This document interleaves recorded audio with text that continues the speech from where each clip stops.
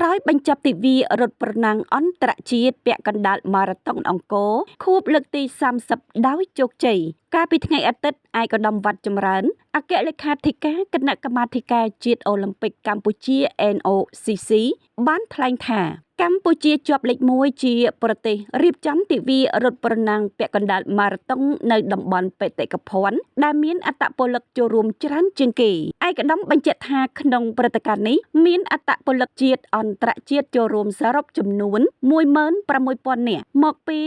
86ប្រទេសដែលជាតួលេខដ៏ច្រើនបំផុតក្នុងព្រឹត្តិការណ៍កីឡាទេសចរណ៍ដ៏ធំប្រចាំឆ្នាំនេះឯកឧត្តមបន្តថានេះគឺជាជោគជ័យដ៏មានតម្លៃនិងមិនអាចកាត់ថ្លៃបានក្រោមការយកចិត្តទុកដាក់ដ៏ខ្ពង់ខ្ពស់របស់សម្ដេចបវរនាយករដ្ឋមន្ត្រីដោយឆ្នាំមុនសម្ដេចបានផ្ដល់កិត្តិយសអញ្ជើញចូលរួមហើយឆ្នាំនេះសម្ដេចបានចាត់ឯកឧត្តមសុនចន្ទថុលឧបនាយករដ្ឋមន្ត្រីឲ្យចូលរួមជាមួយថ្នាក់ដឹកនាំក្រសួងទេសចរអាជ្ញាធរខេត្តសៀមរាបក្រោមកិច្ចសហការយ៉ាងល្អពីស្ថានទូតជប៉ុនប្រចាំនៅកម្ពុជាក៏ដូចជាអង្គការបេះដូងមាសដែលជាដៃគូរួមគ្នារៀបចំព្រឹត្តិការណ៍នេះរយៈពេល30ឆ្នាំកន្លងមកឯកឧត្តមវត្តចម្រើនលើកឡើងថាព្រឹត្តិការណ៍រត់ពាក់កណ្ដាលម៉ារ៉ាតុង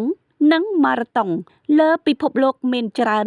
តែសម្រាប់ការរៀបចំនៅតំបន់បេតិកភណ្ឌបែបនេះមានប្រមាណ2ទៅ3ប្រទេសប៉ុណ្ណោះក្នុងនោះកម្ពុជាគឺជាប្រទេសជាប់លេខ1ក្នុងការរៀបចំទិវារត់ប្រណាំងអន្តរជាតិពាក់កណ្ដាលម៉ារ៉ាតុងនៅតំបន់អង្គរដែលមានបរិយាកាសនិងតំបន់បេតិកភណ្ឌតាមផ្លូវរត់ហើយមានអ្នកចូលរួមរត់ច្រើនជាងគេសូមបញ្ជាក់ថាក្នុងចំណោមអត្តពលិកសរុបដែលចូលរួមទិវារត់ប្រណាំងអន្តរជាតិពាក់កណ្ដាលម៉ារ៉ាតុងអង្គរលើកទី30ឆ្នាំ2025កាលពីចុងសប្តាហ៍កន្លងទៅគឺមានបរទេសចំនួន 3,362 នាក់មកពី86ប្រទេសក្នុងនោះប្រទេសចូលរួមរត់ច្រើនជាងគេមានអង់គ្លេសបារាំងអូស្ត្រាលីអាមេរិកនិងជប៉ុនចំពោះលទ្ធផលសម្រាប់វិញ្ញាសារត់ចម្ងាយ21គីឡូម៉ែត្របុរសលេខ1បានទៅកីឡាករជប៉ុនសាគីម៉ាគីណូលេខ2កីឡាករកម្ពុជាអុករ៉ូហ៊ីតនិងលេខ3កីឡាករបារាំងអាឡិចស៊ីហ្គារ៉ូតរីឯផ្នែកនារីលេខ1បានទៅកីឡាការិនីជប៉ុនអូតាណាតស៊ូគូលេខ2កីឡាការិនីបែលហ្សិកគ្រីស្ទៀនលូនជែននិងលេខ3កីឡាការិនីកម្ពុជាមួយងីម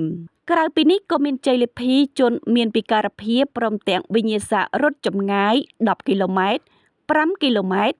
និងរត់កម្សាន្ត3គីឡូម៉ែត្រផងដែរ